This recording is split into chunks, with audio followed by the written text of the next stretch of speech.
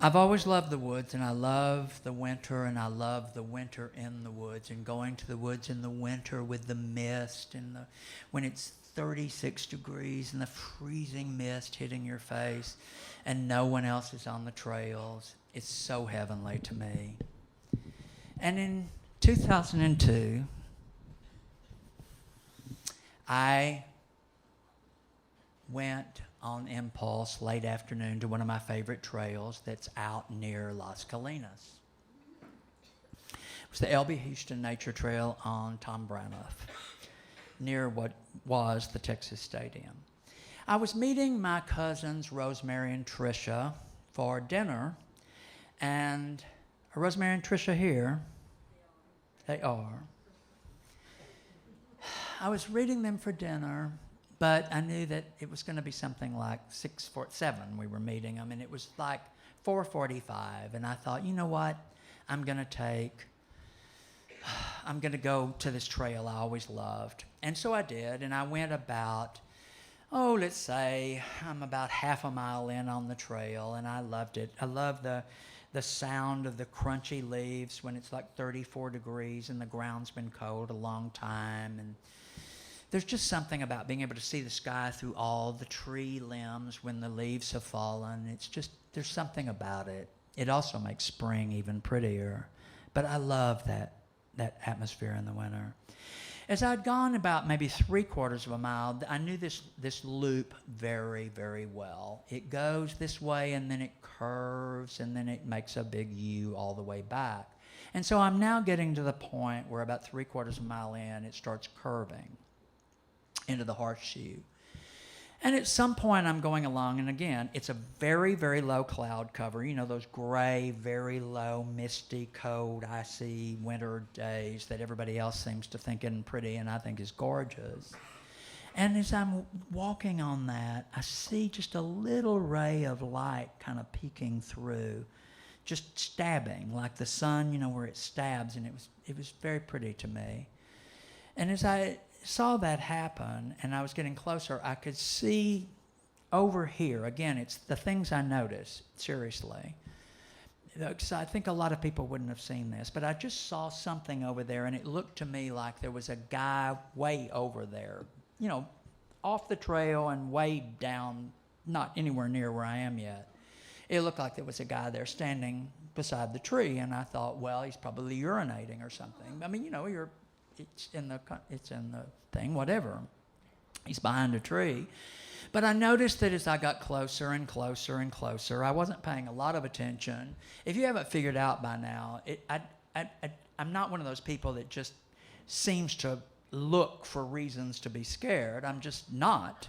I have more reason than most to, but I just don't. I didn't think there's anything, you know, like I thought it was surprising that there's somebody else on the trail, perhaps, but at the same time, you know, I just wasn't scared, wasn't even concerned.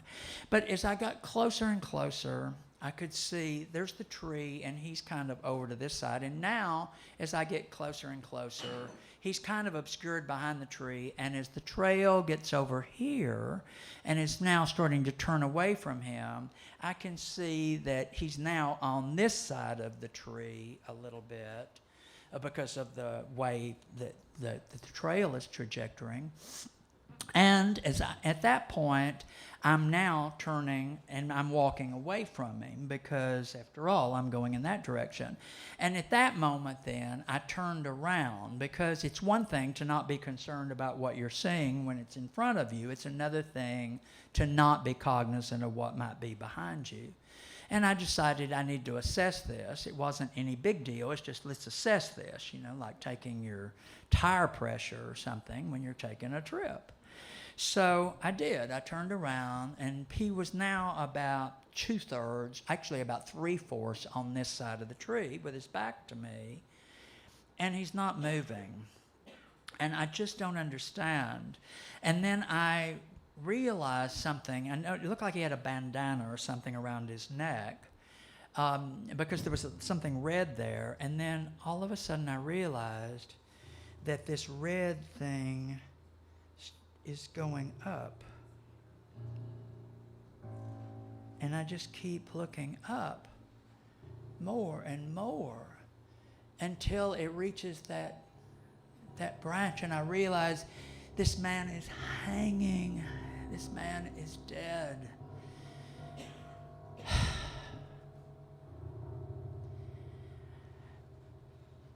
I was filled with just an incomprehensible horror at this, and ran as fast as I could to the car, because I didn't have the cell phones were very big at that point that I had, and it was dead. And I ran to the car. Cell phone, I can't get it to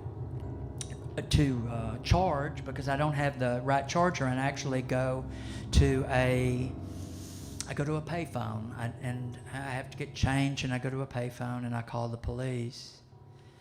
The police came and met me at the stop and go, and I took them back. The police that showed up were middle-aged men that were probably, I don't know, they were in their 40s and 50s, but they seemed sort of toneless, and they certainly weren't dressed to be on these trails. They were in street shoes and things that cops wear.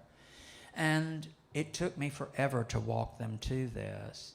And when we finally got to the body, and of course my heart is racing, they made me identify him. And I realize now that the reason they did that is because they have no way of knowing but what I was involved somehow in this person's death. But I tried to tell them, I said, I can tell by being here that he wasn't murdered. And of course, you know how I understood that, but try explaining that to the cops. I can tell he wasn't murdered. So they made me identify the body, and I had to go around and look at him, and I felt like I was violating him so. And then they got a call, and the call was from the crime scene people.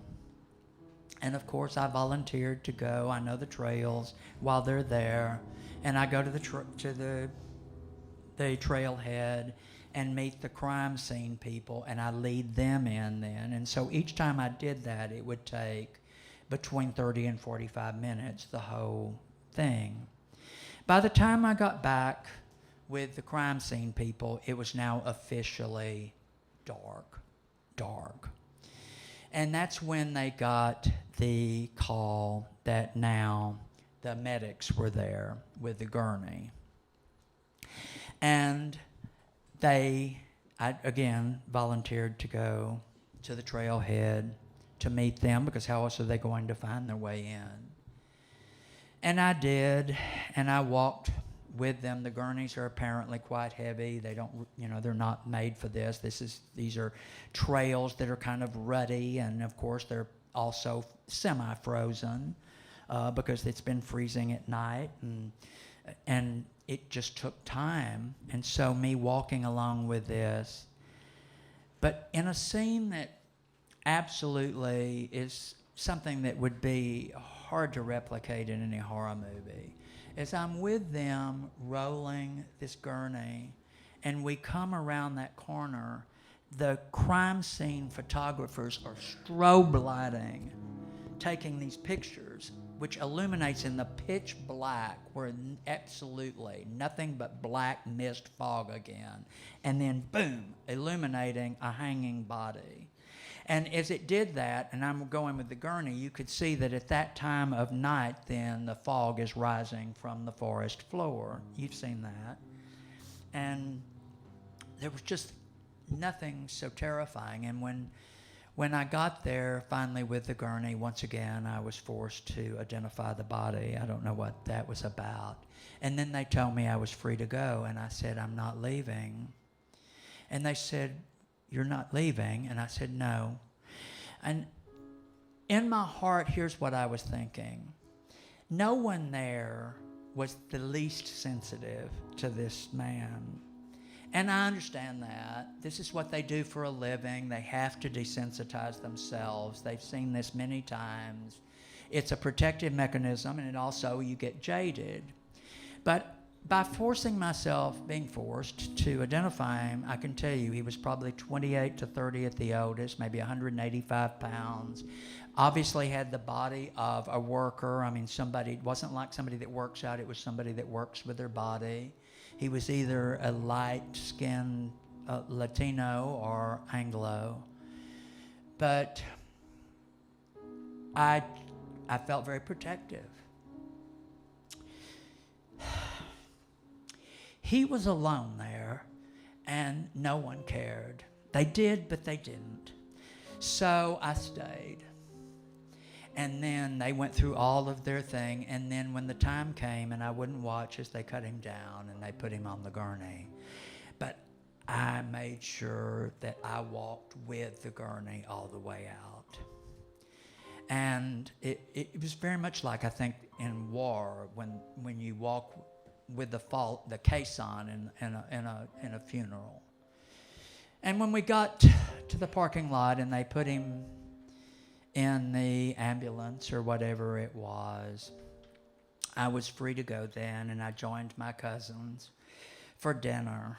And I'm quite sure they remember this, but it's not every day when you join your friends for dinner and you say, guess what just happened?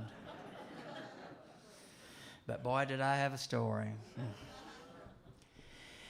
After that happened, I was obsessed with this because it was unfinished business for me. And I would go back every day for weeks. And I would retrace and I would watch. I could see the ruts in the trail from the heavy gurney as it had rolled with the body, because the gurney was heavy and then nearly 200 pounds on it. And it just seemed to me like it was hallowed ground, and there was something so wrong about this. And I would stand even where he had stood and try to see what he had seen and maybe somehow understand something. But then I tell myself it's not healthy, you've got to stop, and I stopped going quite so often. But I would go back every now and then. And I finally went to the police station and I filed and paid the $30-some-odd you do to get the crime report, because I thought maybe they figured out who his name is and I could contact his family, and maybe the family would take comfort in knowing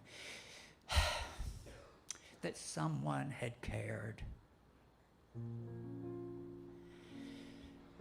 But I didn't realize that when you get the crime scene reports, you also get all the crime photos. And to this day, I still have them, and they're in an envelope. And of course, I'll never look at them again, but they don't feel evil, and they're at my house. And every time I see them and I hold them, every now and then, I remember so clearly thinking, what happened? What happened? What was he thinking? What happened when he, before I, took that walk in the woods?